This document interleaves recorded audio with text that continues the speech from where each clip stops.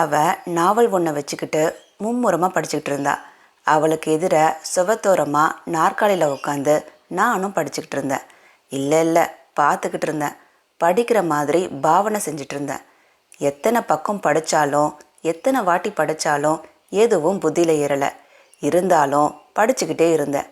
மன்னிக்கணும், பார்த்துக்கிட்டே இருந்தேன். பக்கத்தில் ரேடியோ ஓடிட்டு இருந்தது. படிக்கிறதுக்கு தடையாக இருக்குதுன்னு நான் அதை போய் நிறுத்திட்டு வந்து மறுபடியும் நாற்காலியில் உட்காந்தேன்.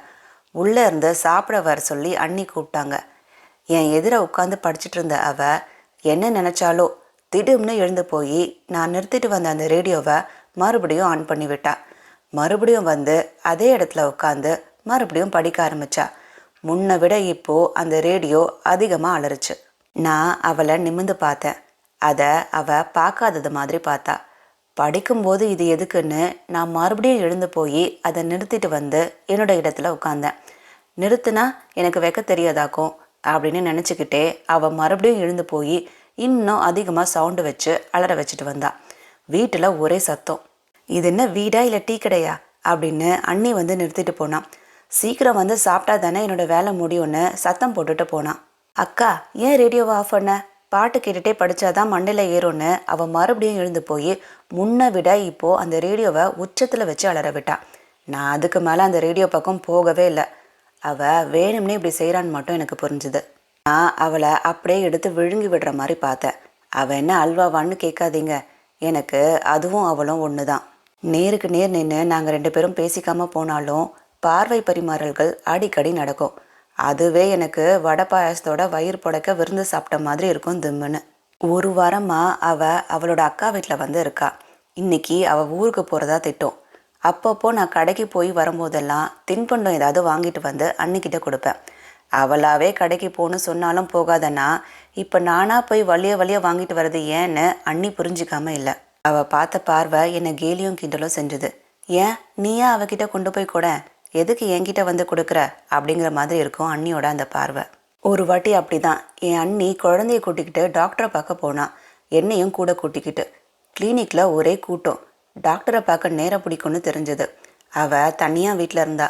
வெளியில் உட்காந்துட்டு இருக்கேன் அப்படின்னு சொல்லிட்டு அன்னிக்கிட்ட சொல்லிட்டு நான் நேராக வீட்டுக்கு வந்தேன். கொஞ்சம் போல் இனிப்பு வாங்கிட்டு போனேன். கொண்டு போய் அவகிட்ட கொடுத்தேன். அவள் என்னை பார்த்து மெலிசா ஒரு சிரிப்பு சிரிச்சா. எடுத்துக்கொன்னு சொல்லிட்டு நான் மறுபடியும் கிளினிக் பக்கம் ஓடினேன். என்னோட ஞாபகத்தையெல்லாம் அவகிட்ட விட்டுட்டு. டாக்டரை பார்த்துட்டு அண்ணி வெளியில் வரத்துக்கும் நான் போய் சேர்றதுக்கும் சரியாக இருந்தது. மதிய சாப்பாட்டுக்கு அப்புறம் நான் வாங்கிட்டு வந்து அவளுக்கு கொடுத்த அல்வாவை கொண்டு வந்து அவள் அக்கா கிட்ட கொடுத்தா. ஏது அப்படின்னு அண்ணி கேட்க அவள் சிரிச்சுக்கிட்டே என்னை பார்த்தா. எப்படி மாட்டி விட்டேன் பாருன்னு சொன்னது மாதிரி இருந்தது அவளோட பார்வை. வேணும், இது நல்லா வேணும் எனக்கு, எத்தனை திருட்டுத்தனம் அப்படின்னு என்ன நானே திட்டி தீர்த்துக்கிட்டேன். அவளுக்கு மட்டும் நான் கொடுக்க நினச்ச அல்வாவை அவள் எனக்கே திருப்பி கொடுத்துட்டா. என்னை இப்படி மாட்டி விடுறதுல அவளுக்கு என்ன சந்தோஷம். பாக்ஸை பிரித்து எல்லாருக்கும் கொஞ்சம் கொஞ்சம் கொடுத்த அண்ணி அவளுக்கும் கொடுத்தா. ஆனால் அவள் எனக்கு அல்வாவே பிடிக்காதுன்னு சொல்லிட்டா. நான் அவளை பரிதாபமாக பார்த்தேன். எத்தனை ஆசையாக உனக்காக வாங்கிட்டு வந்தேன், இப்படி முகத்தில் அடித்தது மாதிரி வேண்டான்னு சொல்கிறியே, பிடிக்காதுன்னு சொல்கிறியே அப்படின்னு என்னோட கண்கள் அவளோட கண்களை பார்த்து கேள்வி கணைகளை தொடுத்துது. அவள் தனக்குள்ளே சிரிச்சுக்கிட்டா. இது போல் இனி யாருக்கும் தெரியாமல் இப்படி திருட்டுத்தனமாக வாங்கிட்டு வந்து கொடுத்தா இப்படி தான் அப்படின்னு அவளும் பார்வையாலேயே பதில் தொடுத்தாலோ என்னவோ எனக்கு அர்த்தம் சரி வர புரியல. அன்னைக்கும் அப்படிதான். அவள் ஒரு மூலையில் உட்காந்து அதே நாவலை படிச்சுட்டு இருந்தா. நான் அவளுக்கு நேர் எதிரில் நாற்காலியில் உட்காந்து நானும் படிக்கிற மாதிரி பாவனை செஞ்சுட்டு இருந்தேன். அவளையே பார்த்துக்கிட்டு இருந்தேன். இவ தெரிஞ்சுதான் செய்கிறாளா இல்லை தெரியாமல் செய்கிறாளா? என்னை ஏன் இப்படி அடிக்கடி மாட்டி விடுறா? எனக்குள்ள அவளை பற்றின எண்ணங்கள் அலை அலையாக ஓடிச்சு. எத்தனை ஆசையாக வாங்கி கொடுத்தேன், இப்படி செஞ்சிட்டியே. உண்மையில் அவளுக்கு அல்வாவை தான் பிடிக்கலையா இல்லை என்ன பிடிக்கலையா? மனசு அலை பாஞ்சுது. அதை நான் சமாதானப்படுத்த முயற்சி செஞ்சு நான் தோற்று தான் போனேன். ஏன் இப்படி நடந்துக்கிற, உனக்கே இது அழகாக இருக்கா அப்படின்னு அவளை பார்த்து நான் கேட்க நினச்சது அவளுக்கு எப்படி தெரிஞ்சதோ தெரியல. நிமிர்ந்து ஒரு பார்வை பார்த்துட்டு கையில் முகத்தை மூடிட்டு தனக்குள்ளே சிரிச்சுக்கிட்டா. மறுபடியும் நாவலை படிக்க ஆரம்பிச்சிட்டா. எனக்கு ஒரு சந்தேகம் திடீர்னு வந்தது. நானும் அவள் வந்ததுலேருந்து பார்க்குறேன். அதே நாவலை ஒரு வாரமாக படிச்சுட்ருக்கா. மிஞ்சி மிஞ்சி போனால் அதை படித்து முடிக்கிறதுக்கு ஒரு அரை நாளுக்கு மேலே ஆகவே ஆகாது. அப்படின்னா அவள் நாவலை வச்சுக்கிட்டு படிக்கிறாளா இல்லை வெறுமனே பார்த்துக்கிட்டு இருக்காளா? படிக்கிற மாதிரி அவளும் பாவனை செய்கிறாளா? ஒரு பெரிய தேனடை என் வாய்க்கு நேராக தேனை பிழிறது மாதிரி என் மனசெல்லாம் ஒரே இனிப்பு, நினப்பெல்லாம் ஒரே தித்திப்பு. நான் திக்கு முக்காடி போனேன். சரியான மரமண்டை. இது புரிய இத்தனை நேரமா? என்னோட சந்தோஷத்தை அவள் புரிஞ்சிட்ருக்கணும். மறுபடியும் என்னை பார்த்து முகம் மலர்ந்தா. எது எப்படியோ பெரிய மனசு பண்ணி இப்படி அடிக்கடி பார்க்காம பார்த்து சிரிக்காம சிரிச்சு பேசாம பேசி மருந்து போடுறாளே, அது எனக்கு பிடிச்சிருந்தது. வலியும் அவளே கொடுத்து வலிக்கான மருந்தையும் அவளே தடவி விடுறா. இது என்ன மாயம்? புரியவும் இல்லை, புரியாமலும் இல்லை. பொருள் இல்லாத பொருளில் பொதிந்துள்ள பொருள் தான் என்ன? அவள் படிக்கிற மாதிரி படிச்சுட்ருக்க, நானும் படிக்கிற மாதிரி அவளை பார்த்துக்கிட்டு இருந்தேன். அவள் முகன்ற அழகான புத்தகத்தை முழுசாக படிக்க முயற்சி செஞ்சேன். முடியலை. எத்தனை பக்கம் அதில் கையில் ஏந்தி படிக்கணும் போல் மனசெல்லாம் ஒரே பரபரப்பு. திடீர்னு படிச்சுட்டு இருந்த புத்தகத்தை கீழே போட்டுட்டு என்னை நிமிர்ந்து பார்த்தா. நான் நினச்சதை அவள் புரிஞ்சிட்ருப்பாளோ, ஆசை தோசை அப்பளம் வடன்னு என்னை பார்த்து ஒழுங்கெடுக்கிறாளோ, ஒன்றும் புரியலை. நான் ஏன் இப்படி மாறி போனேன்? நான் உண்டு என் வேலை உண்டுன்னு போயிட்டு இருந்த என்ன இவன் ஏன் இப்படி அலக்கழிக்கிறா? இவன் ஏன் என்னை இப்படி கட்டி போட நினைக்கிறா? அவளுக்கு நான் என்ன துரோகம் செஞ்சேன்? இவ ஏன் என்னை இப்படி என் நிலையில இருக்க விடாமல் அவள் வலையில் சிக்கி சிந்தனை இழக்க செய்கிறா? முழுக்க நினைஞ்ச பிறகு முக்காடு எதுக்குன்னு நான் கையில் இருந்த புக்கை தூக்கி போட்டுட்டேன். என்ன நடக்குதோ நடக்கட்டும் அப்படின்னு தைரியத்தை வர வச்சுக்கிட்டு அவளையே வச்ச கண்ணு வாங்காமல் பார்த்துக்கிட்டு இருந்தேன். சுவரோரமாக நாற்காலியில் உட்காந்துட்டு இருந்தேன்னா மெல்ல மெல்ல மெதுவாக நாற்காலியோட கொஞ்சம் முன்னாடி வந்து என்னோட வசதிக்கு ஏற்ற மாதிரி உட்காந்து முன்னாடியும் பின்னாடியும் ஆடிக்கிட்டே அவளை பற்றி சிந்தனையில் முத்து குளிச்சுட்டு இருந்தேன். அவள் இதையெல்லாம் பார்க்குறத நானும் பார்த்து ரசிச்சுட்டு இருந்தேன். இன்னும் சில மணி நேரத்தில் அவள் ஊருக்கு கிளம்பி போயிட போகிறா. அதை நினைக்கும் போதே எனக்கு என்னவோ செஞ்சது. நெஞ்சை அழுத்தி பிடிச்சிக்கிட்டேன். இதய துடிப்பு அதிகமாக இருந்தது. அவளோட வீட்டுக்கு போகிறா. நான் எதுக்காக துடிக்கணும் இப்படி? திடீர்னு நான் வாயை திறந்தேன். அவகிட்ட கேட்டேன், சாயந்தரமே நீ கிளம்பி போயிடுவியா அப்படின்னு. அவள் நேருக்கு நேராக என்னை பார்த்து, ஆமாம் அதுக்கு என்ன அப்படின்னு சொல்லி வினாவுக்கு ஒரு வினாவை பதிலாக சொன்னான். அதுக்கு என்னன்னு அவள் கேட்குறாளே, அதுக்கு என்ன அர்த்தம்? நான் போகிறதுல உனக்கு என்ன வருத்தம்னு கேட்குறாளோ? நான் என்ன பதில் சொல்கிறது? என்னை பார்க்க அவளுக்கே பரிதாபமாக இருந்திருக்கும் போல. என்னை பார்த்து மெல்லிசா ஒரு புன்னகை பூத்தா. இல்லை நாளைக்கு போகிறேன்னு அவள் சொல்ல மாட்டாளோன்னு என்னோட மனசை எதிர்பார்த்தது. அப்படி எதுவும் அவள் சொல்லாதது எனக்கு ரொம்பவே வருத்தமாக இருந்தது. மழை பெஞ்சா ஸ்கூலுக்கெல்லாம் லீவ் விடுவாங்க இல்லையா, அது மாதிரி மழை வராதா, அவளோட பயணம் தடப்படாதான்னு என்னோட எண்ணம் ஓடுச்சு. நாற்காலியை இன்னும் நல்லா முன்னுக்கு இழுத்து பின்பக்கமாகவும் முன்பக்கமாகவும் சாஞ்சி ஆடிக்கிட்டு இருந்தேன். ஊசலாடுற என்னோட உள்ளத்தை போல. திடீர்னு நாற்காலி நிலைச்சிக்கிட்டு தோபீர்னு சாய நான் நில குலைஞ்சி பின்பக்கமாக விழுந்துட்டேன். ஒரு கணம் எனக்கு எதுவுமே விளங்கலை. நில தடமாறிட்டேன். ஐயோன்னு அவள் ஓடி வந்து என் கையை பிடிச்சி தூக்கி விட்டுருக்கலாம். இல்லை பதறி அடிச்சுக்கிட்டு எழுந்து ஓடி வந்திருக்கலாம். இது எதையுமே அவள் செய்யலை.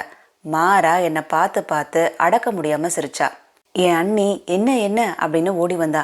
அக்கா உங்கள் கொழுந்தனாரு நாற்காலியிலேருந்து அப்படின்னு மறுபடியும் சிரிச்சா. எனக்கே கூட சிரிப்பாக இருந்தது என்ன நினச்சி. இதுக்கு ஏண்டி இப்படி சிரிக்கிற அப்படின்னு கேட்டுக்கிட்டே அண்ணியும் சிரிச்சா. உனக்கு எப்போ பார்த்தாலும் இப்படி அடிக்கடி கீழே விழுறதே பழப்பா போச்சு அப்படின்னு அண்ணி சமய சந்தர்ப்பம் தெரியாமல் பேசினா. அடிக்கடி நான் நட்டுக்கிட்டு விடுறத அவளும் சொன்னான். விழுந்ததில் எனக்கு எந்த ஒரு அடியோ வலியோ இல்லாட்டியும் அவளுக்கு முன்னாடி இப்படி ஆகிடுச்சே, நாற்காலி சதி செஞ்சிடுச்சேன்னு ஆத்திரம் வந்தது. முதல்ல இந்த நாற்காலியை தூக்கி போடு அப்படின்னு அண்ணிக்கிட்ட கத்துனேன். நாற்காலி ஒன்று என்ன செஞ்சது? அது என்ன ஊஞ்சலா ஆடுறதுக்கு? வலிகிலி இருக்கான்னு அண்ணி ஓடி வந்து என் பின்னந்தலையை தடவி பார்த்தா. அவளும் அதை ஆமோதிக்கிற மாதிரி என்னை அனுதாபத்தோட பார்த்தா. அண்ணி அந்த நாற்காலியை எடுக்க நான் அதை தடுத்து மறுபடியும் அதில் உட்காந்துக்கிட்டேன். உன்னை திருத்தவே முடியாதுன்னு சிரிச்சிட்டு அண்ணி போக மறுபடியும் அவள் புத்தகத்தில் நுழைய பார்த்தா. நான் மறுபடியும் நாற்காலியை முன்னுக்கு இழுத்து முன்ன போலவே ஆனால் ரொம்பவே உஷாராக ஆடினேன். அவள் என்னை பார்த்து மறுபடியும் சிரிச்சா. பார்த்து மறுபடியும் நட்டுக்கிட்டு விட போகிறீங்க அப்படிங்கிற மாதிரி. எனக்கு எதுவும் புரியலை. இவ ஏன் இப்படி இருக்கா அப்படின்னு யோசித்தேன். பதிலுக்கு என்னோட மனசு என்கிட்ட கேள்வி கேட்டுச்சு. வேற எப்படி இருக்கணும்னு நீ நினைக்கிற அப்படின்னு. படிச்சுட்டு இருந்த அவள் புத்தகத்தை அப்படியே மூடி வச்சுட்டு 2 கண்ணையும் மூடிக்கிட்டா. சந்தேகமே இல்லை, மலர்ந்தும் மலராத பாதி மலர் போன்ற அந்த கண்ணால் அவள் என்னை ஆழம் பார்க்குறாளோ, என்ன அவள் நோட்டம் விடுறாளோ அப்படின்னு யோசித்தேன். என்ன போலவே அவளும் நடிக்கிறா. என்ன போலவே அவளுக்குள்ளும் என்ன ஓட்டங்கள் புரிஞ்சுக்கிட்டேன். பழையபடி நாற்காலியை முன்னுக்கு அசைத்து பின்னால் சுவரை முட்டி சாஞ்சுக்கிட்டேன். அவள் கண்ணில் ஒரு மிரட்சி. மறுபடியும் விழுந்து வைக்க போகிறேன்னு. மறுபடியும் விழுந்து வர ஆசையான்னு சிரிச்சா. அதில் பயம் இருந்தது, நயமும் இருந்தது. அக்கா, நான் வேணான்னு சொன்னால் அப்படியே விட்டுடுவியா? என் பங்கு அல்வா எங்க அப்படின்னு கேட்டுக்கிட்டே உள்ளே போனான்.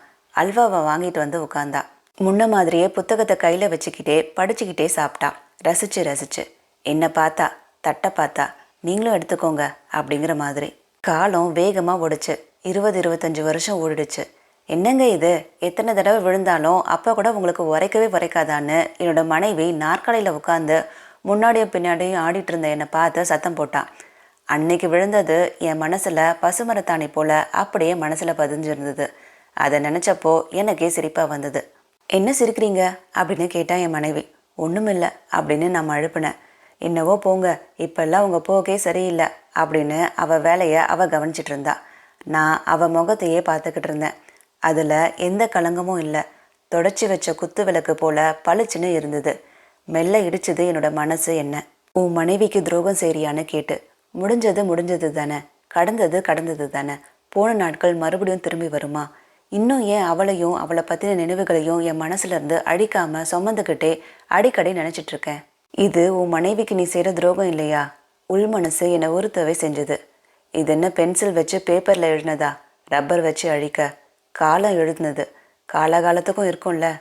தவறுனாலும் கூட அந்த தவறைத்தானே மறுபடியும் மறுபடியும் மனசு செய்ய விரும்புது. மனசுங்கிறது ஒன்று தானே, அதுதானே அந்த தவறையும் செய்து அதை சுட்டி காட்டவும் செய்யுது.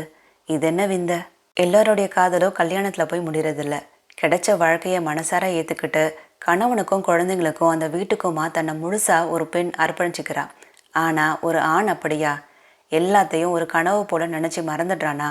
முழுசாக தன்னை அவளுக்காக தியாகம் செஞ்சிடுறானா? பல பல கேள்விகள்.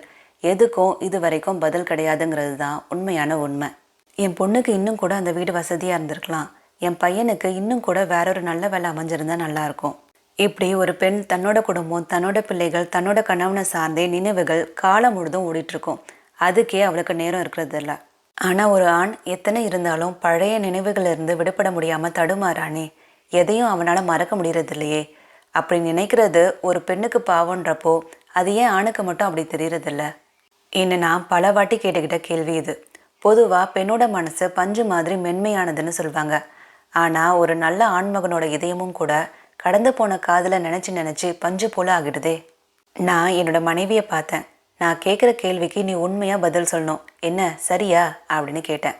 நான் ஏதாச்சும் தப்பு தண்டா பண்ணுவேன்னு நீ நினைக்கிறியா? நான் உனக்கு துரோகம் பண்ணுறதா நீ நினைக்கிறியா? என் மனைவி என்னை பார்த்து சிரிச்சா. தப்பு தண்டா பண்ணுற மூஞ்சியை பாரு மூஞ்சிய அப்படின்னு. எனக்கு கண்ணீர் முட்டிக்கிட்டு வந்தது. எனக்கு ஆண்டவன் கொடுத்த நல்ல வரம் என்னோட மனைவி. வேறொருத்தியை இப்படி மனசால நினைக்கிறது கூட தவறு தானே அப்படின்னு சொல்லாமல் சொல்லிச்சு அவ என் மேலே வச்சிருக்க அந்த அபார நம்பிக்கை. அன்புடன் கலவை சண்முகம். நான் இன்னைக்கு சொன்ன மௌனமாக ஒரு யுத்தம் அப்படிங்கிற கதை உங்களுக்கு பிடிச்சிருந்தா இந்த வீடியோவை லைக் பண்ணுங்கள், ஷேர் பண்ணுங்கள். இன்னும் இந்த மாதிரி நல்ல கதைகளை கேட்க இந்த சேனலுக்கு சப்ஸ்கிரைப் பண்ணுங்கள். நான் மறுபடியும் உங்களுக்கு பிடிச்ச மாதிரி இன்னொரு கதையோடு வரேன். அது வரைக்கும் நன்றி, வணக்கம்.